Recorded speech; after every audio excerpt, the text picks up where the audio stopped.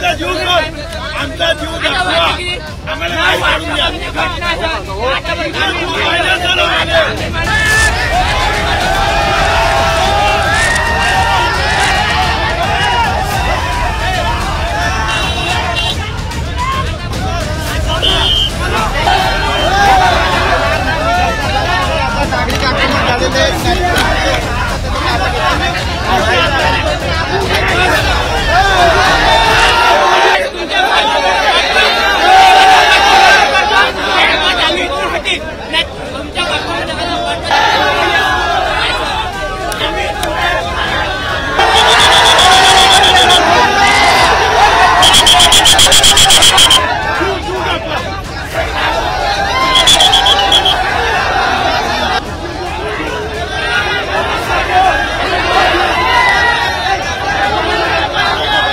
Solar कंपनीच्या बाहेर हजारोच्या संख्येने कामगार जमले होते आणि या कामगारांना या ठिकाणी पोलीस प्रशासनाने आता या मुख्य प्रवेशद्वारापासून बाजूला केलेलं आहे. त्या कामगारांच्या अस्ताव्यस्त चपला आपल्याला या ठिकाणी पाहायला येतील.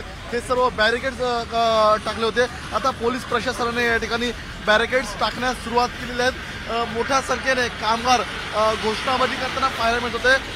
सुरुवातीला गेटच्या परिसरात त्यांनी तोडफोड देखील केली होती, मात्र पोलिसांकडून त्या ठिकाणी सौजन्याचा या ठिकाणी भूमिका होती. मात्र अखेर पोलिसांनी देखील या सर्व कामगार वर्गाला बाहेर काढण्यात आलेलं आहे.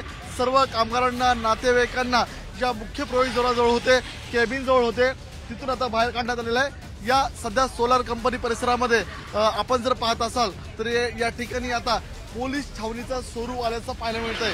या परिसरामध्ये मोठ्या संख्येने आता पोलीस फौजफाटा तैनात करण्यात आलेला आहे आणि सर्व नागरिकांना, कामगारांना, नातेवाईकांना या कंपनीच्या बाजूला काढण्यात आलेलं आहे. आपण पाहत असाल हे सर्व कामगार, नातेवाईक आता या कंपनीपासून दूर आहेत.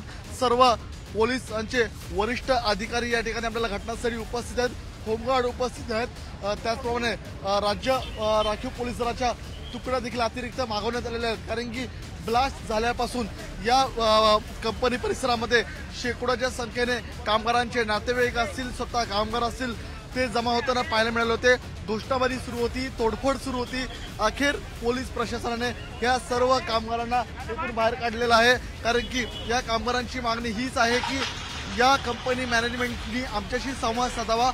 कारण की सकाळी जो ब्लास्ट झाला त्या ब्लास्टमध्ये आतापर्यंत फक्त 9 जणांचा मृत्यू झाला ही माहिती दाखवण्यात येते. कारण की यामध्ये मृतांचा आकडा हा वाढू शकतो, जखमींचा आकडा वाढू शकतो. आमच्या नातेवाईकांची नेमकी आतमध्ये काय स्थिती आहे याचा आम्हाला माहिती द्यावी. माहिती आम्ही जर अवगत केली तर आम्ही पुढची कारवाई करू. आपण पाहत असाल तर या रशीदच्या माध्यमातून कोणाही नागरिकाला आतमध्ये प्रवेश बंदी करण्यात आलेली आहेत. आता फक्त या कंपनीच्या 100 मीटर परिसरामध्ये फक्त आणि फक्त आपल्याला पोलीस छावणीचं स्वरूप आल्याचं पाहायला मिळतंय.